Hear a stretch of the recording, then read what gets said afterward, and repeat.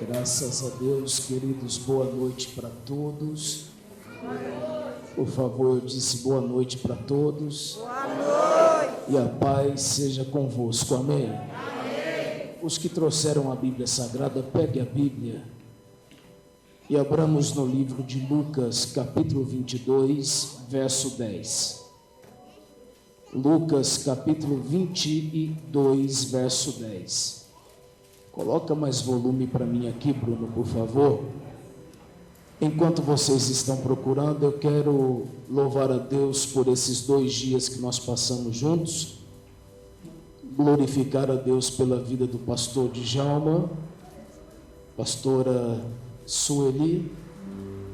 Eu tenho um carinho, um respeito muito grande para com esse casal, essa família e para com toda essa igreja. Que Deus continue vos abençoando, dando crescimento. Eu já estou feliz porque o pastor Djalma me fez um convite para estar aqui o ano que vem. Só que o ano que vem eu falei que eu quero 3 dias, porque nós vamos fazer pacote completo, vamos fazer batismo nas águas, enfim. Aí eu estarei contando meu testemunho de forma detalhada, porque eu não contei aqui ainda. Nessa campanha, o ano que vem, eu estarei contando meu testemunho de forma detalhada. Mas hoje eu tenho uma mensagem de Deus para o teu coração. Antes me importa saber quem é que quer ouvir Deus. Dá um sinal com a tua mão e diga amém. O tema da mensagem é vinho ou vinagre. Diga comigo, vinho ou vinagre. Qual é o tema? Só mais uma vez. Nós vamos ler 8 versos da palavra de Deus. Então lhe explicou Jesus: ao entrardes na cidade, encontrareis um homem com cântaro de água, segui-o até a casa em que ele entrar. E dizei ao dono da casa: o mestre manda perguntar, onde está o aposento no qual hei de comer a Páscoa com os meus discípulos? E ele vos mostrará um espaçoso cenáculo mobilado. Fazei ali os preparativos. E indo eles, encontraram tudo como Jesus havia dito e prepararam a Páscoa. Chegado a hora, colocou-se à mesa com seus discípulos e disse-lhe: tenho desejado ansiosamente comer convosco essa Páscoa antes do meu sofrimento. Pois eu vos digo que nunca mais a comerei até que ela se cumpra no reino de Deus. E tomando um cálice, havendo dado graça, disse: reparti entre vós. Pois eu vos digo que de agora em diante não beberei mais do fruto da videira até que venha o reino de Deus. Eu quero desafiar os irmãos a fazer uma leitura auditiva, pentecostal, sem atropelar a pessoa que está do teu lado, mas com toda a força de sua voz, do verso 18, por favor. O teclado mais baixinho, por favor. No 3, vamos lá, 1, 2, 3. Pois vos digo que...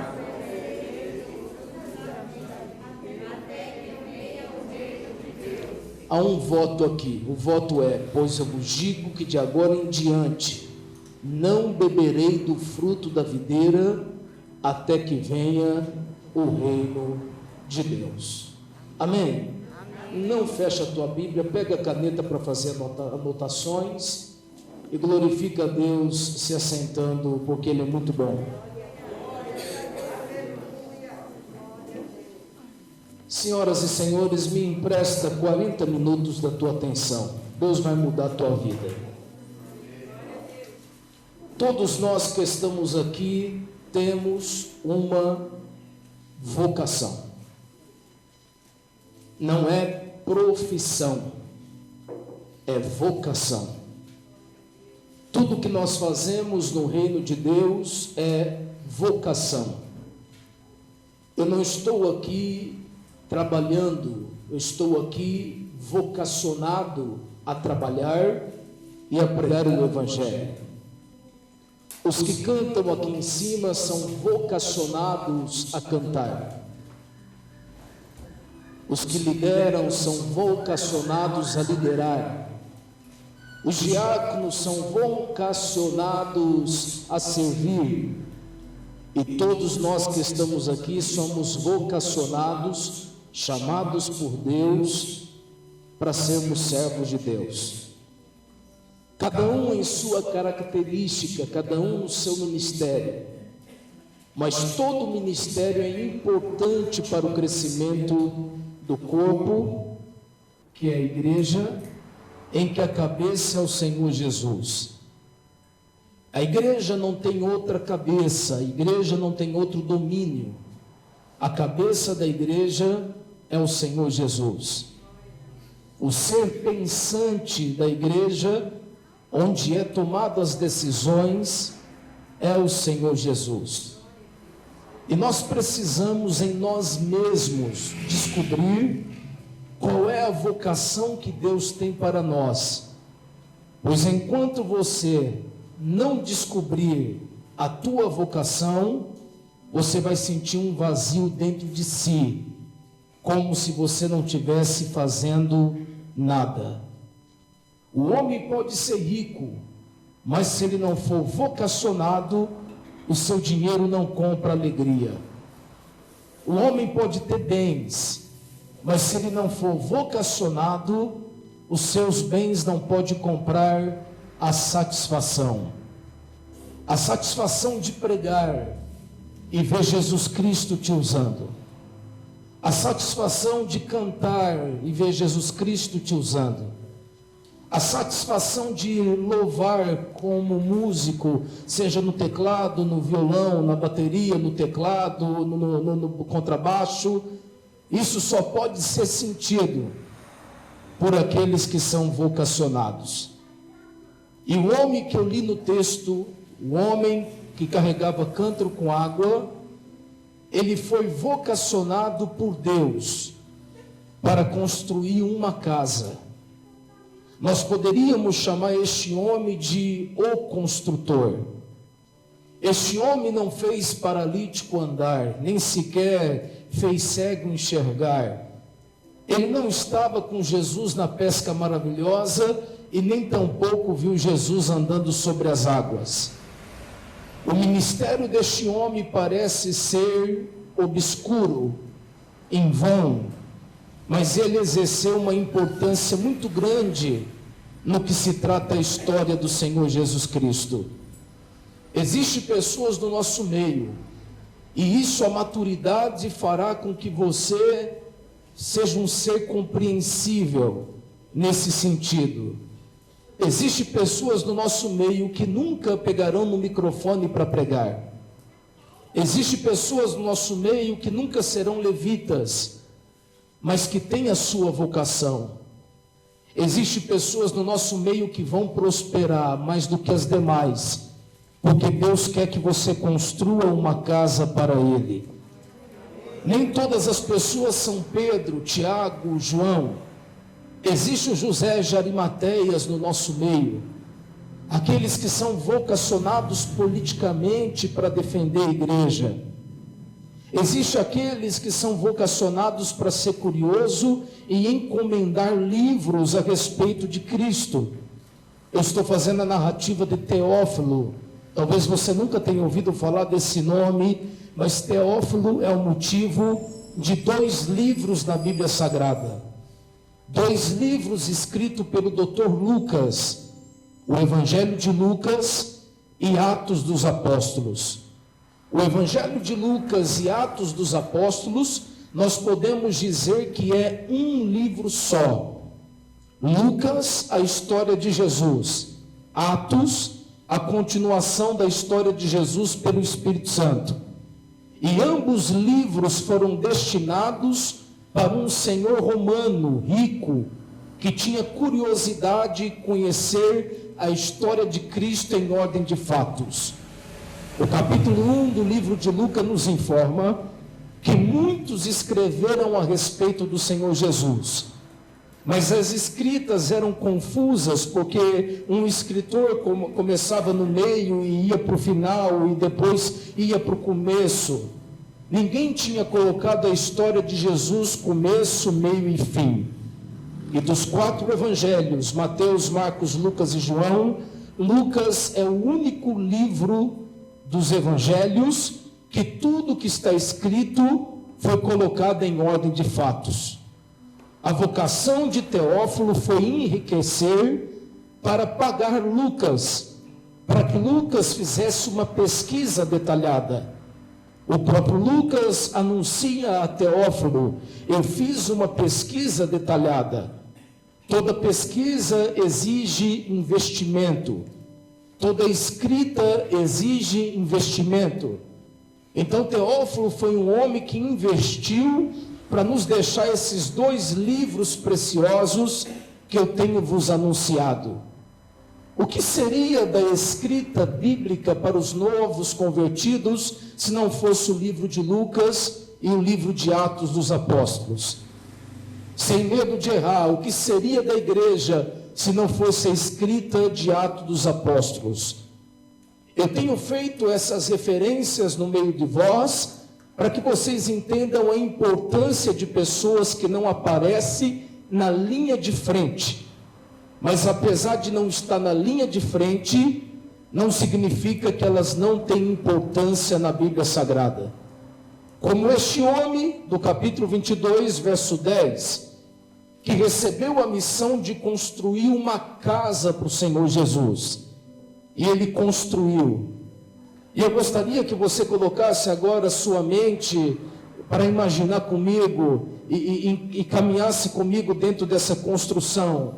Porque dentro dessa construção que esse homem fez, existem algumas revelações expositivas que eu gostaria de compartilhar convosco, e eu tenho certeza que isso vai servir para muita edificação dos irmãos.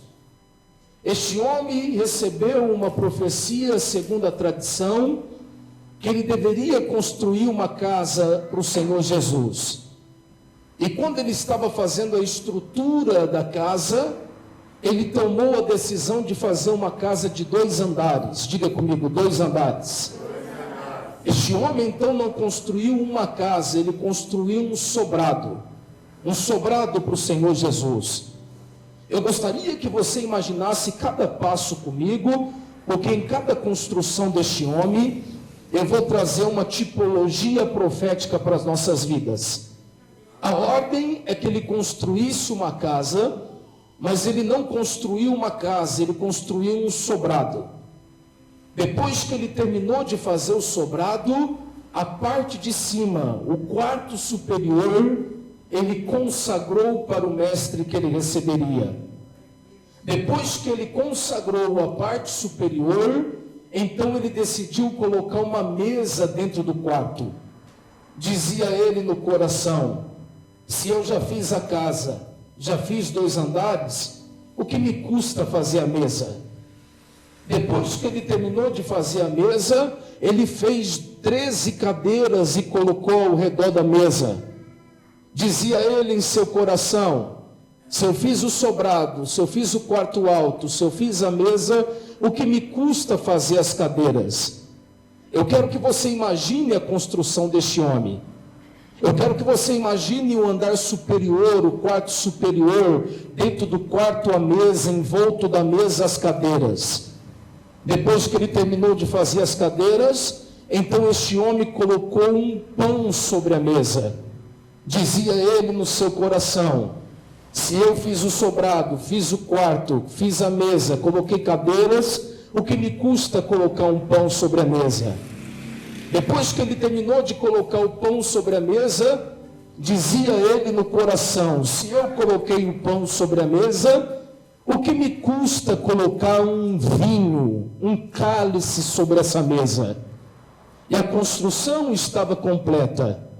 O homem foi enriquecido por Deus para construir uma casa, e ora construiu um sobrado, consagrou o quarto superior como cenáculo para o convidado especial que o visitaria, a saber, Jesus de Nazaré.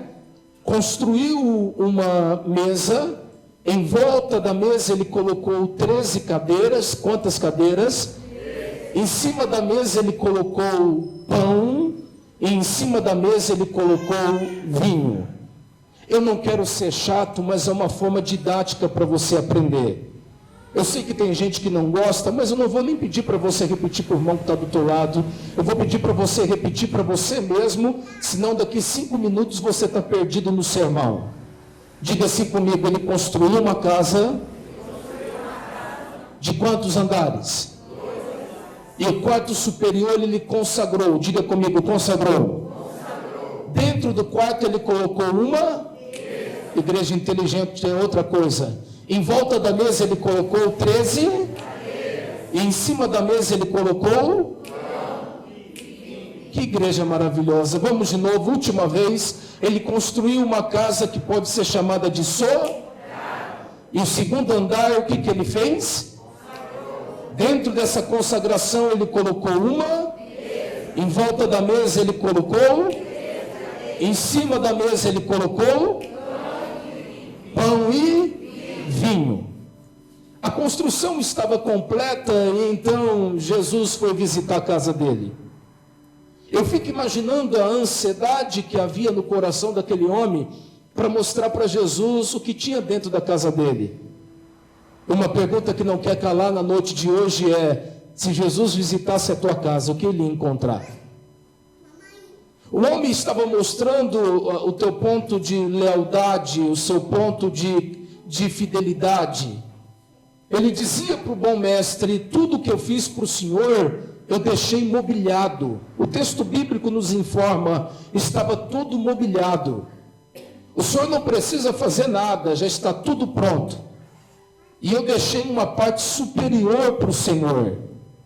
Eu imagino ele subindo as escadarias dessa parte superior, abrindo a porta, mostrando a mesa e falei: olha mestre, eu além de construir o quarto alto, eu coloquei essa mesa para o Senhor. Em volta dessa mesa eu coloquei 13 cadeiras, e aquele pão e aquele vinho eu coloquei para o Senhor se alimentar. Esse homem é dono de uma lealdade exemplar, um discipulado invejável. Eu queria descobrir, mas não tem como, pois a Bíblia não faz a narrativa, quem foi que discipulou este homem. Porque os discípulos de Jesus não foram capazes de fazer o que este homem fez. Eu quero que você entenda que Deus está te chamando para fazer algo nesse tempo e nessa geração. Deus quer levantar-te para construir algo no reino nesta geração. Deus não quer te ver como parasita espiritual, anestesiado no reino. Deus quer te levantar para uma construção. E mesmo se Sambalate e Tobias, os inimigos da construção, quererem impedir você de construir, eles não conseguirão, porque você tem um chamado de Deus. Quem te chamou não foi Baal, quem te chamou não foi os deuses de Azera, quem te chamou não foi os deuses do Egito e nem tampouco da Mesopotâmia. Quem te chamou não foi Chico Xavier, não foi Allan Kardec, não foi Buda. Quem te chamou foi Jesus Cristo de Nazaré, e ninguém pode parar o seu chamado. Jesus Cristo estava muito feliz com a construção daquele homem. Jesus então entra naquele quarto alto, e quando Jesus entra naquele quarto alto, Jesus tem uma reação que ninguém espera. Esse homem não esperava a reação de Jesus. Quando Jesus entra naquele quarto alto, construído por aquele homem no sobrado, onde tinha uma mesa com 13 cadeiras, com pão e vinho sobre a mesa, depois daquele homem mostrar toda a construção que ele fizera, Jesus olha para aquele homem e diz assim: tá bom, agora sai do quarto e fecha a porta. Foi isso que Jesus disse, foi essa forma que Jesus reagiu. Depois do homem dedicar tempo, depois do homem dedicar dinheiro, dedicar o seu terreno, dedicar a sua construção para Jesus, Jesus olha para o homem e diz: tá bom, sai do quarto e fecha a porta. Nós vivemos uma geração insubmissa. Nós vivemos uma geração que, se isso acontecesse nos dias de hoje, pastor levaria processo. Nós vivemos uma geração que não conhece o que é respeitar e respeitar aqueles que estão com autoridade maiores do que aquela que foi concedida para ele. Nós vivemos uma geração que, se a pessoa aderir um pouquinho de poder, ela já pensa ser a quarta pessoa da Trindade. Este homem é dono de uma submissão, ele é dono de uma submissão tão linda, que ele poderia ter olhado para Jesus e dito para Jesus: calma aí, a casa é minha, a construção é minha, o sobrado é meu, o quarto é meu, a mesa fui eu que fiz, o pão fui eu que coloquei, o vinho fui eu que coloquei, as cadeiras fui eu que coloquei, e o Senhor está mandando eu sair do quarto? O Senhor está querendo ficar sozinho com os seus discípulos e não quer deixar eu participar? Depois de eu ter terminado, depois de eu ter feito, me esforçado, o Senhor não quer deixar eu participar da reunião? Eu quero que você entenda que todo assunto no reino, ele é distinguido para algumas pessoas específicas. E nem todo assunto que é distinguido ao alheio é distinguido para você. Nem todas as coisas que alguém precisa ouvir, você também precisa ouvir. Se algum dia ou outro dia uma reunião for feita e você não for chamado para a reunião ou para participar daquele momento, é porque o que vai ser dito naquela reunião não é para você.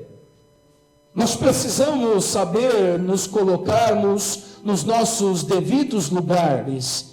Nós precisamos entender qual é o nosso lugar na presença do Senhor. Nós não podemos ser crente mimimi, nós não podemos ser crente meloso, nós não podemos ser cristãos mimados. Nós precisamos entender que o Senhor Jesus às vezes vai nos deixar de lado. Mas o fato dele nos deixar de lado ou deixar do lado de fora não significa que ele quer nos humilhar.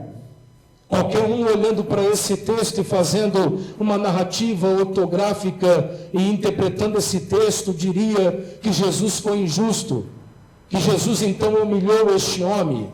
Mas na verdade Jesus não humilhou, Jesus estava dando um livramento.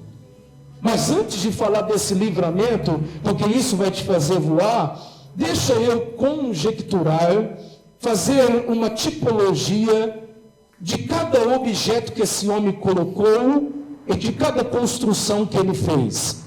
E tipificando isso e fazendo uma linguagem conotativa para a tua vida, eu tenho certeza que você vai ser edificado. A primeira coisa que esse homem fez foi uma casa. Ele fez a casa, mas a casa não era mais dele. A casa era do Senhor Jesus. Você precisa entender que você é uma casa do Espírito Santo. O Espírito Santo, ele não habita em templos feitos por mãos humanas. Se o Espírito Santo habitasse em templos feitos por mãos humanas, o que seria das igrejas na pandemia? Sabe por que comércio fechou, empresa fechou, pessoas faliram, mas a igreja de Cristo não faliu, a igreja de Cristo permaneceu. Eu vos falo a verdadeira. Se você conhece algum templo que foi fechado, aquele pastor não foi vocacionado para pregar o evangelho. Se você conhece alguém que não deu conta do recado, é porque ele não foi vocacionado para pregar o evangelho. Pois o Espírito Santo, ele não habita no templo que foi fechado na pandemia. O Espírito Santo habita em você. Você é casa, você é morada do Espírito Santo. Alguém pode dizer graças a Deus por isso? Alguém pode dizer amém? Este homem construiu a casa, tipificando a nossa vida. Mas dizia ele em seu coração: eu vou fazer o segundo andar. E ele fez o segundo andar. Se você não der glória com isso, eu me aposento. Porque ele dizia em seu coração: quando o mestre visitar a minha casa, o meu mestre não vai ficar por baixo, o meu mestre vai ficar por cima. Isto é uma questão de honra. E nós precisamos aderir como pessoas, preste atenção, esse princípio chamado honra para nossas vidas.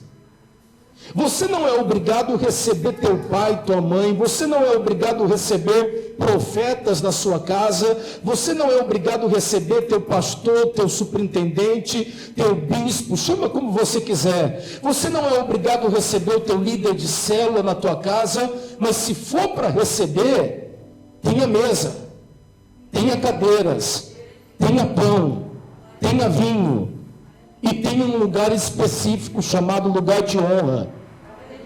Eu quero decretar que algumas pessoas que moram de aluguel, o Senhor está te dando a tua casa própria ainda este ano. Você não está vendo, mas o Senhor está te dando. A arquitetura da tua casa já foi feita no céu, foi plantada no teu coração, e o Senhor Deus vai mover causas na justiça para que você venha conquistar. Mas deixa eu te dar um conselho como profeta, pregoeiro, ministro do Evangelho. Quando você for construir a sua casa, pega um pedacinho do teu terreno, pega 1 metro quadrado do seu terreno e faz um quarto para Jesus. Se você ainda não teve a oportunidade de construção, mas mora de aluguel, separa um lugar na tua casa para você ter um encontro com Jesus. Nesse lugar você não pode pôr imagem de escultura. Nesse lugar você só pode adorar o único Deus, o Deus invisível, o Deus do altar desconhecido, o Deus de Abraão, de Isaac e de Jacó. Isso se chama honra. Ele fez a casa, mas deixou um lugar de honra para Jesus. E você tem honrado aqueles que te lideram? Você tem honrado o teu pai e a tua mãe? Qual é o tamanho da honra que você tem oferecido ao seu pastor, à sua pastora? Qual é o tamanho da honra que você está oferecendo para o seu líder? Você é filho, filha, com certeza, senão você não estaria aqui. Qual foi o dia que você chegou no teu pai e na tua mãe, seja ele ou ela, quem for, e ofereceu um presente, ofereceu uma oferta? Você já preparou um sacrifício para os seus pais? Você é filho, filha, tua mãe está precisando gastar com farmácia, a idade já chegou, e você tem coragem de deixar tua mãe pagar a farmácia, tendo condições de ajudar a tua mãe? Se você está enquadrado nisso, é porque você não conhece o que é princípio de honra. E enquanto você não conhecer o que é princípio de honra, Deus não vai honrar você. É necessário que você honre os seus pais, para que os seus dias sejam acrescentados na terra dos viventes.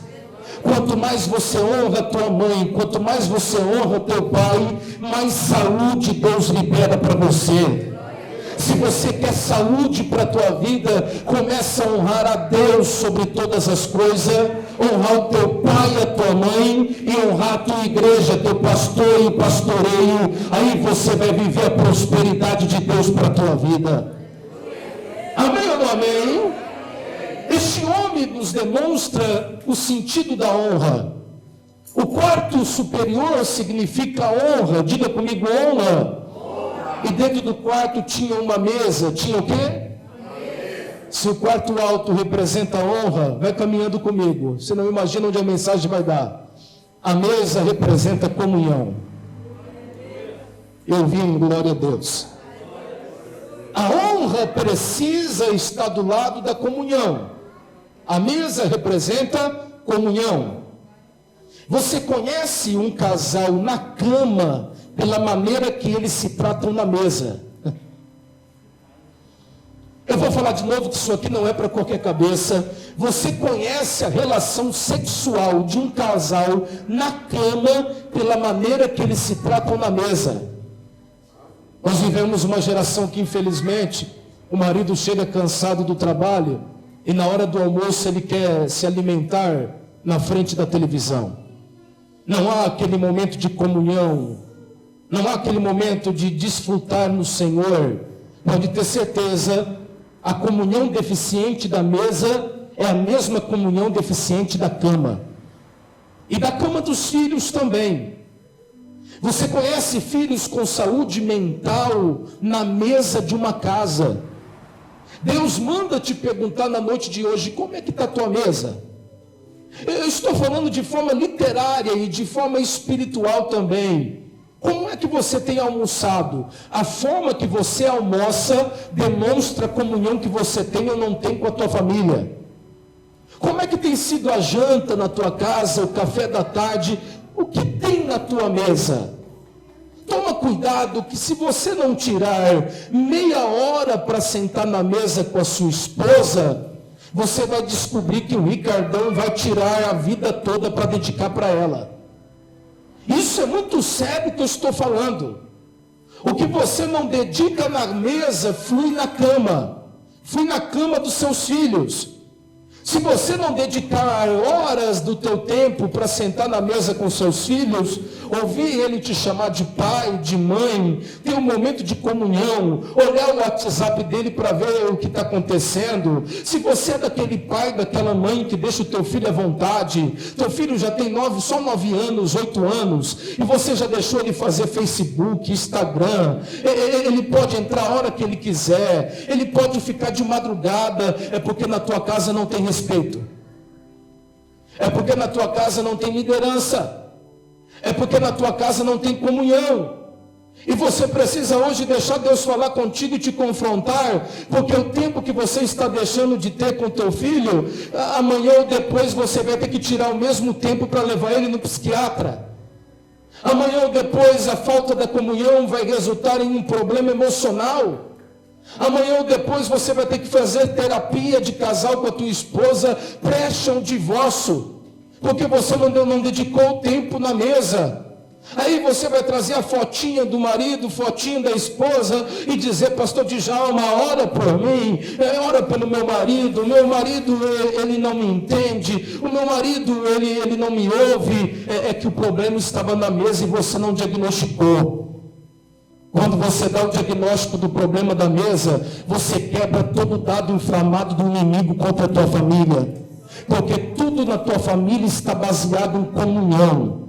Se a tua família tem comunhão, Satanás não pode entrar na tua casa. Se a tua família tem comunhão, quando um cai, o outro estende a mão e coloca de pé. Se o teu casamento tem comunhão, os assuntos lá tratados e as decisões lá tomadas em conjunto.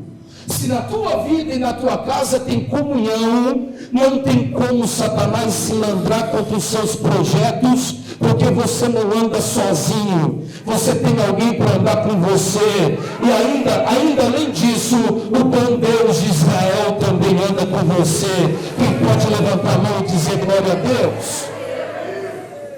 A mesa representa comunhão, e as cadeiras, pergunta para mim, e as cadeiras? As cadeiras representam discipulado, honra, comunhão, discipulado. Preste atenção que isso aqui não é para qualquer cabeça, isso aqui não é para gente que gosta de Big Brother. Preste atenção, honra, comunhão, discipulado. Quem honra tem comunhão, quem tem comunhão tem discipulado. No reino de Deus não é o que você quer ouvir, você senta para ouvir o que ele tem para falar. Na casa do teu pai, moço, não é do jeito que você quer. Quando você quiser crescer, você casa e toma suas decisões com teu filho do jeito que você quiser. Enquanto você estiver na casa do teu pai e da tua mãe, quem toma as decisões é o teu pai e a tua mãe.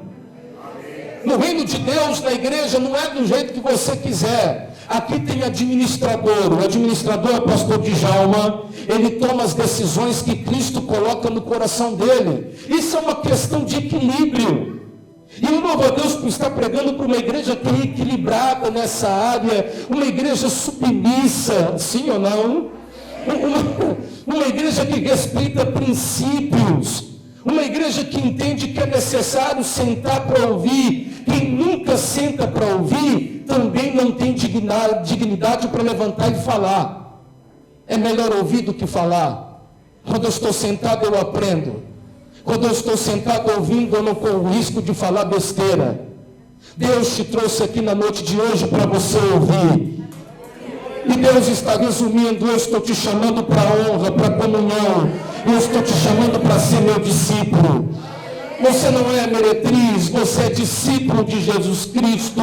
Você é chamado para uma grande obra. Você vai ganhar muitas almas para Jesus com a comunhão da tua casa. O testemunho do teu casamento vai ganhar a sua família. O testemunho dos seus filhos na escola vai ganhar os amigos dele. O seu testemunho no trabalho vai ganhar as pessoas que lá trabalham. Amém ou não amém? Quando a gente senta na cadeira do discipulado, a gente aprende a testemunhar. A gente aprende a fazer o que o mestre mandou. Jesus então, ele se assenta com os 13 lá, lembrando que o homem foi colocado para fora. O homem foi colocado para fora. Parece ser humilhação, mas não é. Daqui a pouco eu volto no pão e no vinho. Parece ser humilhação, mas não é. Na verdade, era livramento. Eu ressalto aos irmãos, se um dia você ficar do lado de fora, não veja isso de um lado negativo. Veja isso como Deus te livrando de alguma coisa. Quando Jesus sentou naquela mesa com os seus discípulos, o Senhor Jesus deu um tapa na mesa e o Senhor Jesus falou uma frase. Eu acredito que a orelha do homem estava na porta que estava fechada. Esse homem simplesmente fechou a porta, ele não indagou, não confabulou, ele simplesmente obedeceu. Eu imagino que ele ficou com a orelha na porta. A mensagem é minha e eu imagino o que eu quiser. Então eu imagino Jesus ficando de pé na mesa e dizendo para os seus discípulos: eu tenho vos dito que o traidor está sentado aqui na mesa. Olha o que Jesus disse: eu tenho vos dito que o traidor está sentado aqui na mesa. Eu vou dizer de novo, porque senão atualmente não acompanha. Eu tenho vos dito que o traidor está sentado aqui na mesa. Lá do lado de fora, um homem com o pé no ouvido na porta, gritando: não sou eu não, eu estou aqui do lado de fora.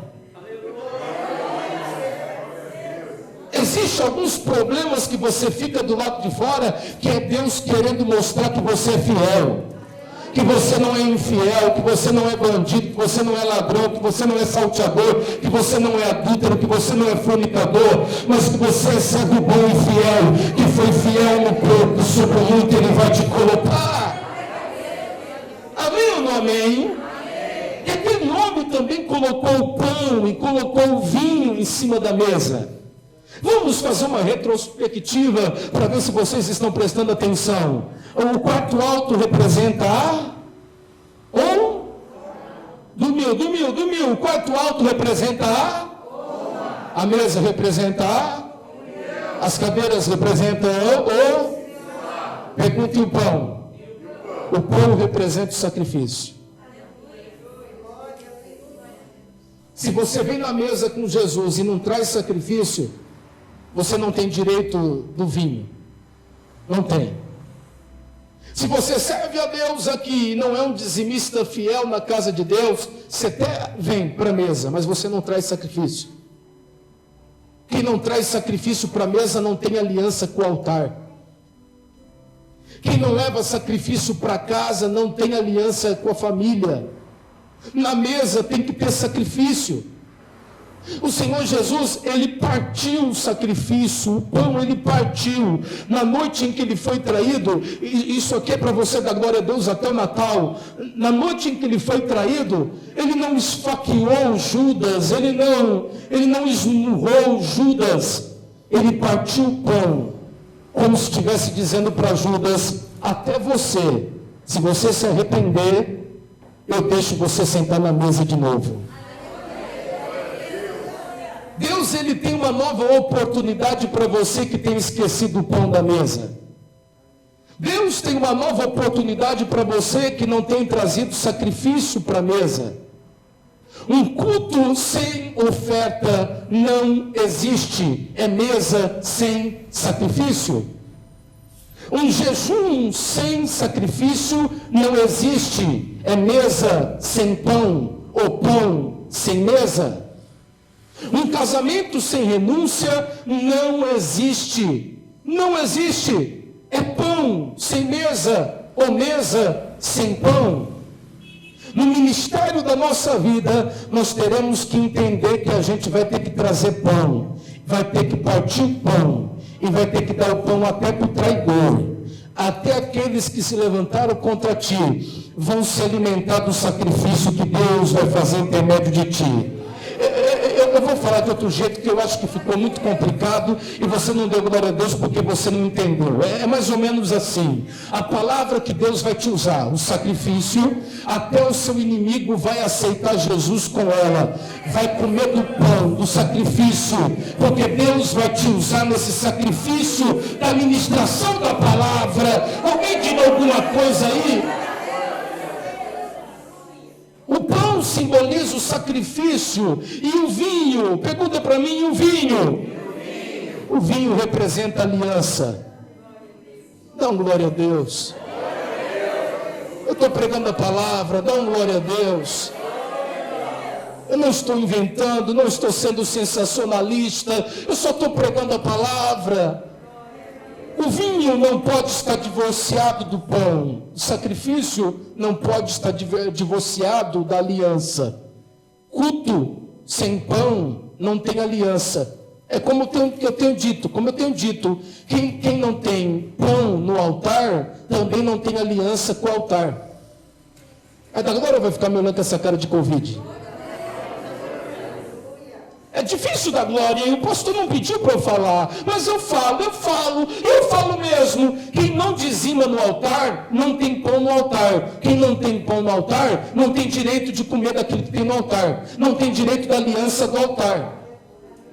Ah, Gabriel, mas eu quero as bênçãos do altar.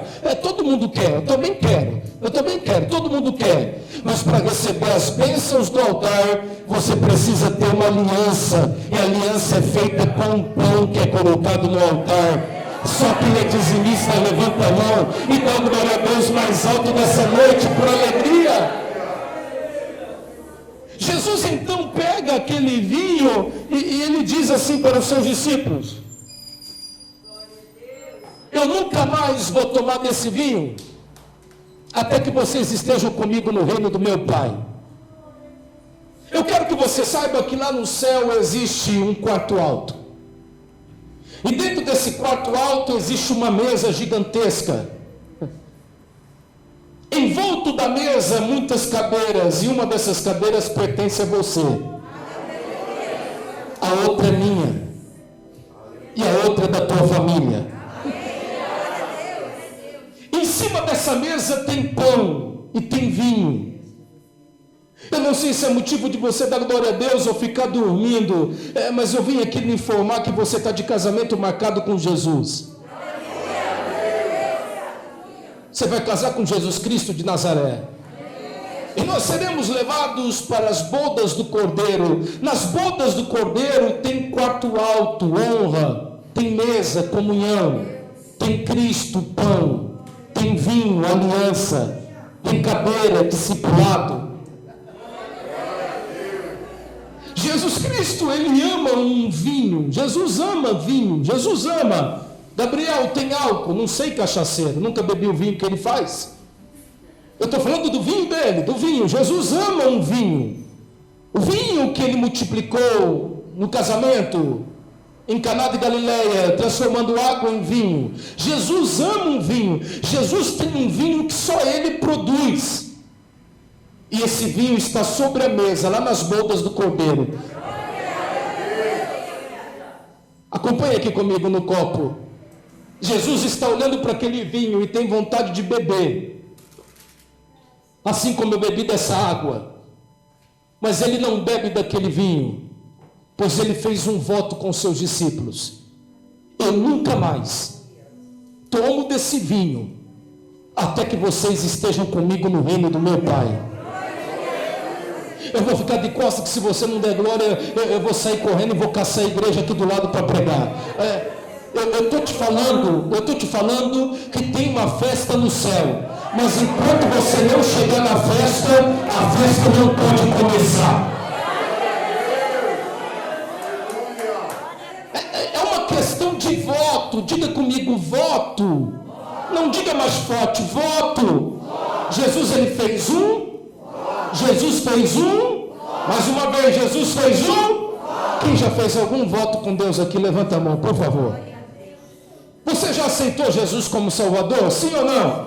Então você tem um voto com Deus. Cuidado para não quebrar. É melhor não fazer do que fazer e não cumprir.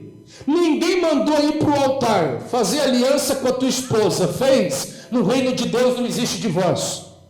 Não existe. Não vem com essa incompatibilidade de gênero. Não. Você deveria ter visto isso antes de casar. Mas ela grita demais. Tem que aguentar o grito dela, meu filho. No reino de Deus não existe divórcio. Não existe. E se ela me trair, pastor? Tem carta de permissão. Mas mesmo assim Deus ainda insiste para você perdoar. Deus é totalmente contra a votos quebrados. Quando você assume um compromisso, um ministério, você está fazendo um voto com Deus.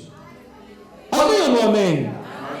Eu conheço muitos personagens bíblicos que pagaram um preço muito alto por quebrarem os votos que eles fizeram com Deus.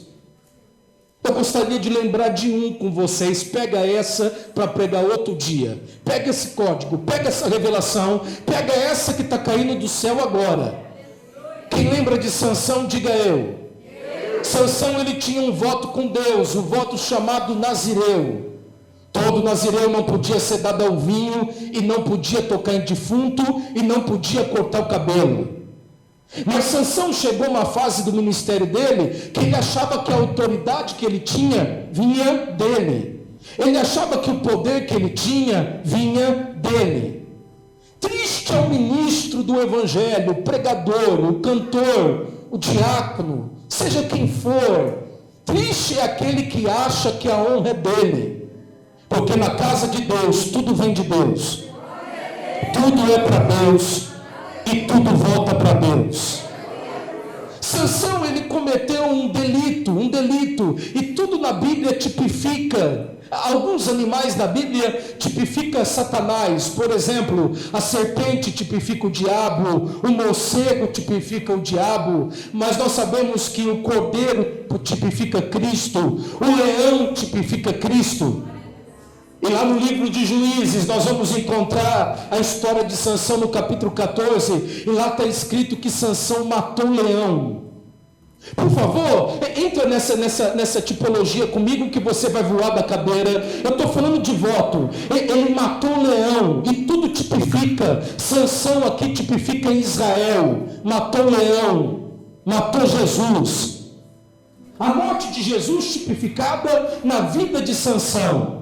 Sansão então toca no defunto, e Sansão, ele comete então um delito do voto dele. Ele não podia tocar em morto.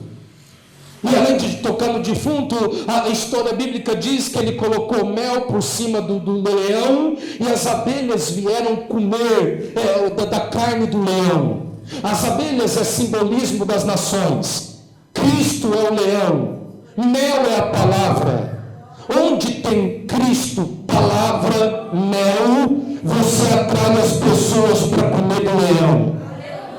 Alguém entende o que eu estou falando? Sansão, então, ele deveria se apresentar ao sumo sacerdote. Escuta que isso aqui vale $1 milhão.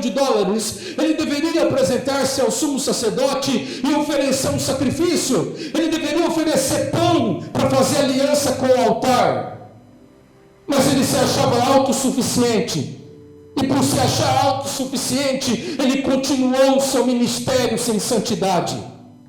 Deus foi dando corda para ele, mas há uma hora na nossa vida que a corda da misericórdia, ela arrebenta. Aí vem a corda da correção, do juízo de Deus. Até hoje você olhava para Dalila como se Dalila tivesse sido usado pelo diabo. Escuta o que esse pregador fala: Dalila não foi usada pelo diabo, Dalila foi usada por Deus.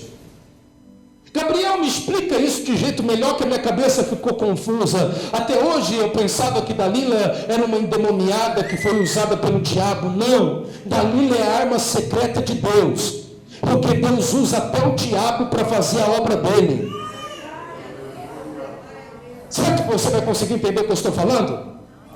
Sansão, ele deveria apresentar-se ao sumo sacerdote e raspar o cabelo, e apresentar o pão, e fazer o vinho. Traduzindo, ele deveria fazer aliança com o altar, mas ele não faz. Já que ele não corta o cabelo, Deus levanta Dalila e diz: Dalila, vai lá e corta o cabelo dele, para ele aprender que a glória é minha e a força que ele tem é minha. Escute bem o que eu vou lhe dizer, mesmo que você não queira ouvir. Eu falo na autoridade do nome de Jesus. Cuidado, a navalha de Dalila está pronta para cortar teu cabelo. Cuidado, que a navalha do Satanás está pronta para cortar tua cabeça. Se você fez um voto com Deus, não tem como você voltar atrás. Se você colocou a mão no arado, não tem como você voltar atrás. Se você decidiu seguir com Cristo, não tem como seguir Maomé, não tem como seguir Buda. Cuidado. Eu conheço nesses 25 anos que eu prego o Evangelho, muita gente que morreu porque tocou naquilo que Deus estava dando para ele. Eu conheço nessa vida de evangélico, de cristão, há anos e anos da minha vida, muitos filhos de pastores que morreram, porque o pastor não estava exercendo o ministério como Deus queria. Eu tenho uma notícia boa que é meio ruim, engula como você quiser. Deus, ele não abre mão do seu chamado. Deus, ele tem ciúmes de você. Ele não abre mão do seu ministério. Você nasceu para pregar, está pregando e vai morrer pregando, e se não morrer, vai ser arrebatado pregando.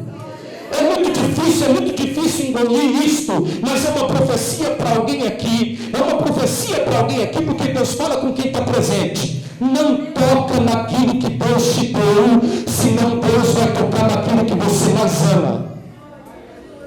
Não larga o teu ministério, não larga a tua unção, não deixa o corpo, mesmo que você tenha que enfrentar as calúnias, as difamações, os reveses da vida, vá em frente. Quando passar o Jordão dessa vida, tem um trono para você sentar, uma coroa de justiça para te recompensar.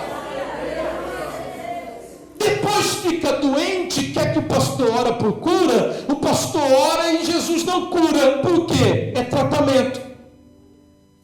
A porta fecha, quer que o pastor ora para a porta abrir, a porta não abre. Por quê? Porque ninguém abre aquilo que Deus fechou.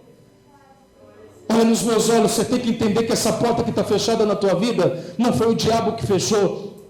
O diabo não tem chave da tua casa. O diabo não tem chave nem do inferno, nem da morte. O diabo é um pobretão miserável que fica nas regiões espirituais, esperando o lago de fogo e enxofre. Para de dar golpe para o diabo. A macumba não é maior do que o teu Deus, a feitiçaria não é maior do que o teu Deus, a doença não é maior do que o teu Deus, a falência não é maior do que o teu Deus. Quem fechou a porta para você foi Deus, para te ensinar a ser homem, maduro, mulher, madura, deixar de ser crente mimado, mimimi, preocupado com os outros e olhando para os erros humanos. Mas agora que você cresceu, porque só sobrevive uma mensagem dessa, quem cresceu, se você não tivesse crescido, você já tinha dado no pé. Agora que você cresceu, eu vim aqui dizer que a mesma porta que ele fechou, é a mesma porta que ele está abrindo para você viver a melhor sexta-feira da tua vida. Fez um voto com Deus, custe o que custar, pague. Deus não brinca com voto. Jesus, ele fez um voto com os seus discípulos, eu já estou terminando. Ele disse para os seus discípulos: eu nunca mais tomo do vinho, até que vocês estejam comigo no reino do meu Pai. É voto ou não é? Sim ou não? Ó, acompanha comigo, ó. Eu nunca, diga comigo, nunca mais tomo do vinho, até que estejam comigo no reino. Ou seja, se ele beber agora, o que acontece? Quebra. Se ele bebesse ontem, o que teria acontecido? Teria quebrado. Então ele não pode beber, ele fez um voto, ele não pode beber, não pode. Ele está na cruz. Prepara para voar. Satanás olha para ele e ele expressa uma necessidade. Ele diz assim: eu estou com sede. É na sede de um discípulo que você conhece a lealdade dele. É quando a igreja está precisando de pão que você conhece se ele tem aliança com o altar. É quando o pastor diz: olha, eu estou cansado de pagar o aluguel, o ano que vem eu vou fazer uma proposta, estou profetizando, eu vou fazer uma proposta para comprar esse lugar aqui, então a gente vai ofertar e vocês estão comigo. É nesse momento que a gente conhece quem tem sacrifício e quem tem aliança. Muita gente nessa pandemia tem se revelado, já estava com máscara antes da pandemia existir, não vão voltar. Não vão, quebraram o voto, não vão. É difícil uma pessoa que quebrou o voto achar a casa do oleiro. É difícil, mas você não quebrou o voto. Veio o vento, você está na rocha. Veio o coronavírus, você está na rocha. Veio o câncer, você está na rocha. A morte bateu na porta da tua casa, você está na rocha. Ninguém quebrou a aliança que você tem com Deus, porque você é um servo fiel.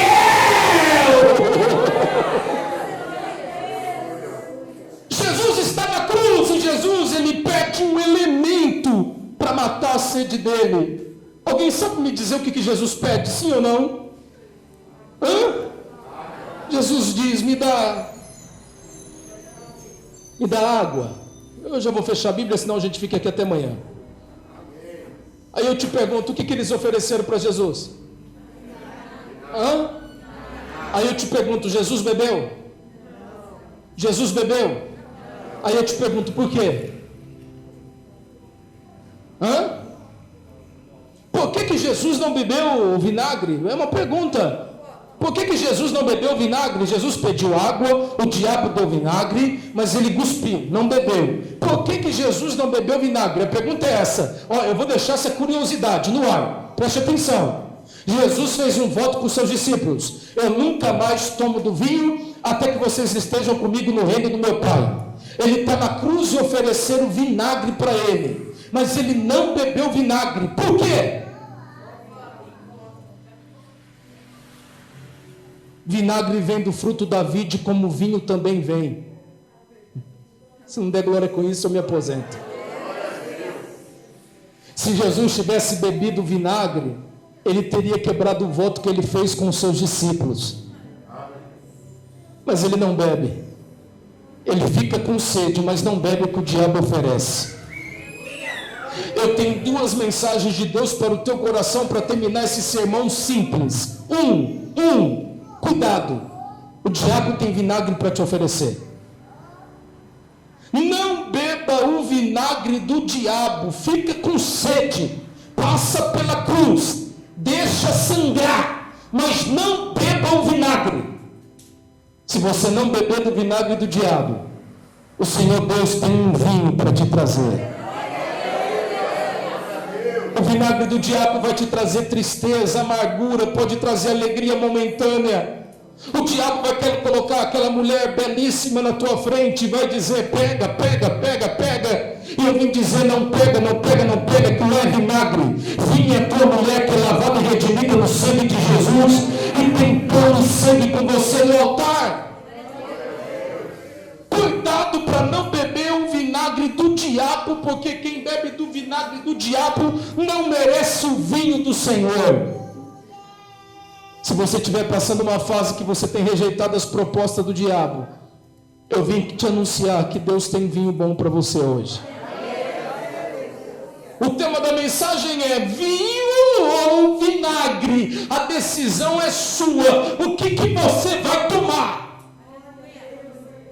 Céu ou inferno? A decisão é sua. Fidelidade ou traição? A decisão é sua. Submissão ou insubmissão? Respeito ou falta de respeito? Vergonha na cara ou falta dela? A decisão é minha, é sua. Satanás, ele tem uma bandeja de vinagre tão acessível para você.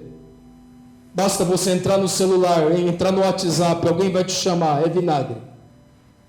Alguém te chamou de lindo, você é casado, você não cortou, acabou de beber vinagre. Está me ouvindo? Entrou no Facebook, viu uma foto diferenciada, gostou, curtiu, sabe que vai dar problema? Vinagre. Fuja. Existe um diabo e ele fugirá de vós, diz o Senhor dos Exércitos. Eu vou dizer de novo esse versículo porque eu senti autoridade aqui. Existe um diabo e ele fugirá de vós, diz o Senhor dos Exércitos. Que Satanás vai oferecer vinagre no outro canto. Essa igreja aqui só bebe vinho do Senhor. Levanta a tua mão direita e esquerda se você é bebedor de vinho, por favor. Eu estou olhando aqui de cima, tem gente com cara feia. É o vinagre. Vinagre numa mensagem dessa, deixa a pessoa com cara feia mesmo. Mas você que está com a mão levantada sorrindo, é porque você é bebedor de vinho. Hoje eu bati na fornicação, bati na insubmissão, bati no adultério, eu bati. Se a pessoa está com cara feia, é porque ela está bebendo vinagre e está gostando do vinagre. Agora, se ele é fiel e está sorrindo, é porque ela é uma baita bebedora de vinho. Cadê os bebedores de vinho? Levante as duas mãos agora, para tirar o fio. Se for para levantar, levanta as duas, não seja preguiçoso. Abre a boca e glorifica o Deus do voto que não quebra voto. Abre a boca e glorifica o Deus do voto que não quebra voto. Pai, eu peço um sinal do alto céus na noite de hoje aqui. Todos aqueles que têm um voto contigo, abre as janelas dos céus e joga fogo sobre ele agora. Todo levita dessa casa que não bebe vinagre, todo diácono dessa casa que não bebe vinagre, todos que têm sacrifício de aliança para o altar, eu quero ouvir um coral de línguas estranhas na boca dele agora. Eu quero ouvir, Senhor, o barulho dos anjos na boca dele agora. Haja autoridade e poder sobre os crentes fiéis agora. Eu estou sentindo a autoridade no teu nome aqui. E por isso que por mais uma vez eu digo, eu quero mais unção. Eu orei mais, eu quero mais. Derrama mais poder, mais glória. Agora, Senhor.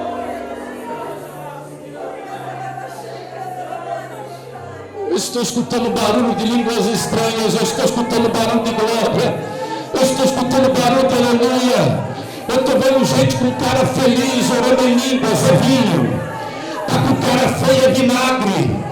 É você que decide o que você quer beber, vinho ou vinagre, vinho ou vinagre. Se eu fosse você, eu me deliciava com o vinho de Deus que está caindo sobre a tua vida agora. Arabacaço, arabaço, iaflai. Eu me calo para ouvir você orar. Eu me calo, por um minuto eu me calo. Eu me calo para ouvir você orar. Eu me calo para ouvir você orar. Eu me calo para ouvir você orar.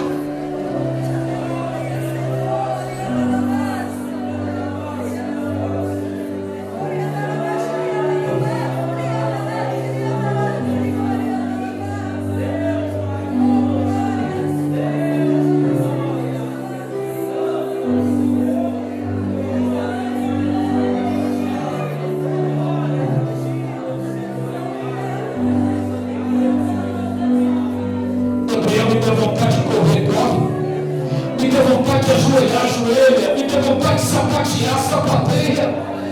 Deixa o fogo de Deus te pegar, deixa o fogo de Deus te pegar, meu filho.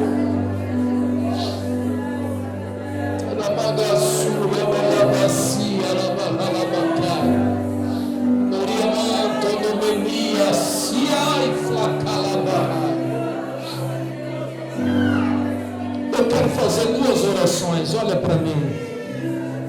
Eu quero fazer duas orações, muito rápidas. Gabriel, essa palavra falou comigo. Eu estava querendo desistir, seja do ministério, seja do casamento. Lembra daquela parte? Toca naquilo que eu te dei, eu arranco aquilo que você mais ama. Deus falou com alguém aqui. Deus falou com alguém aqui. Você pode até tentar se esconder, mas você sabe que Deus falou contigo. Se você estava pensando em desistir, se joga de joelho aqui no altar que eu quero orar por você. Cadê você?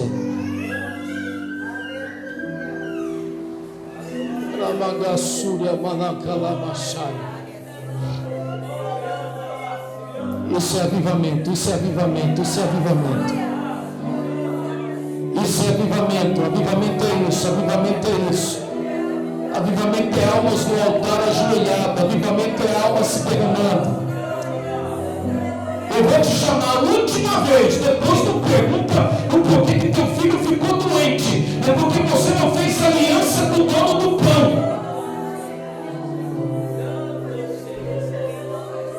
Está pensando em desistir? Vem aqui que eu quero orar por você.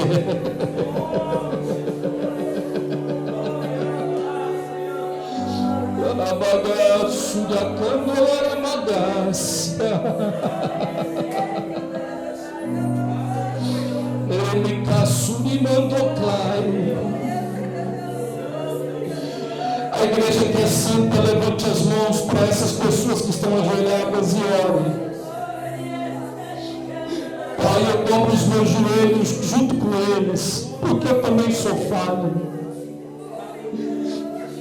Quem é falho não tem dificuldade de dobrar o joelho diante de ti. Eu também já pensei em desistir, eu também já pensei em parar. Mas o Senhor me deu motivos para eu continuar.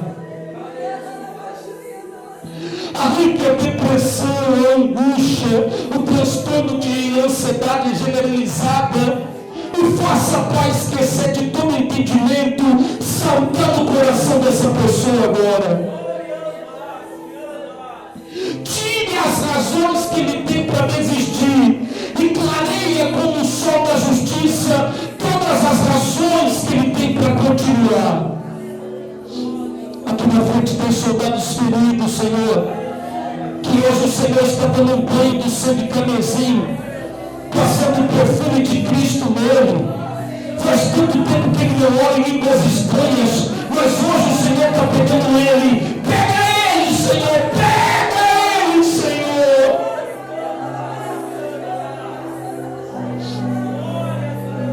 Que a sua glória esteja sobre ele, que o voto não seja quebrado. Que o voto não seja quebrado em nome de Jesus. A igreja diga amém. Fica de pé vocês que estão aqui ajoelhados. Aleluia. Levante as mãos para os céus e diga: eu tenho um voto com Deus e eu não vou quebrar. Custe o que me custar, eu vou até o fim. Eu não desisto, eu não paro. E eu faço essa aliança diante do altar, em nome de Jesus. Amém? Pode voltar para os seus lugares, mas se tiver doente, continua aqui na frente. Tem alguém doente aí? Eu quero orar pelas enfermidades, por favor. Alguém doente, vem aqui na frente rapidinho. Estou doente, pastor, vem aqui que Jesus vai te curar. Chega mais perto aqui de mim, vocês que estão aqui e ficaram aqui. Estão doentes, meninas? Chega mais perto aqui. Mais alguém doente?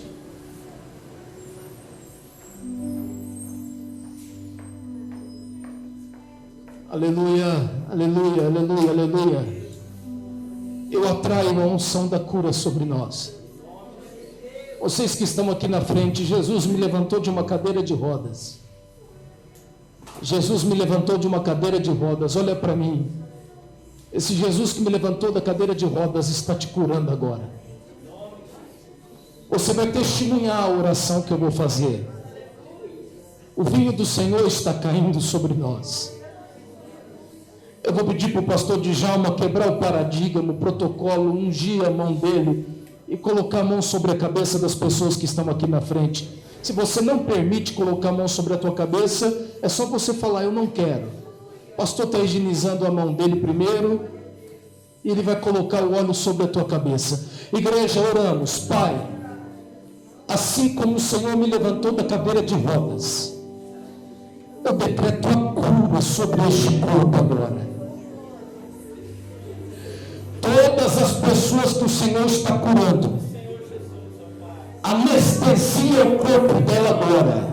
Darai, Niasuya Pramba, na classe ela flabanto managai, Yemie Surianto Norrácia. Anestesia o corpo dela agora, Jesus. Arranca essa dor, esse caroço. Arranca esse problema neurológico nos rins, no coração, no pulmão. Operando, Senhor, quem é que pode impedir? Nós estamos em 40 dias de milagre. Alguma coisa tem que acontecer. Vem aqui, Espírito Santo. Vem aqui, Espírito Santo. Movimente as águas, Espírito Santo. Movimente as águas, Espírito Santo.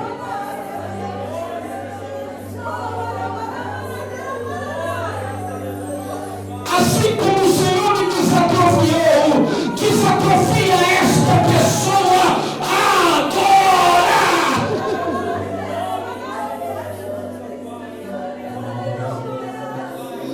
Todas as pessoas que o Senhor está curando, eu não quero que ela seja cheia, eu quero que ela seja possessa do Espírito Santo.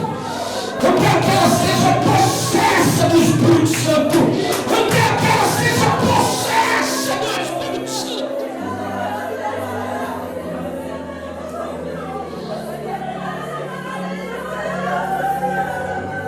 Jesus te curou. Pode caçar a tua dor, que a tua dor não está mais aí. Jesus te curou. Jesus curou. Ele estava dizendo que curou. O caroço sumiu. Jesus te curou.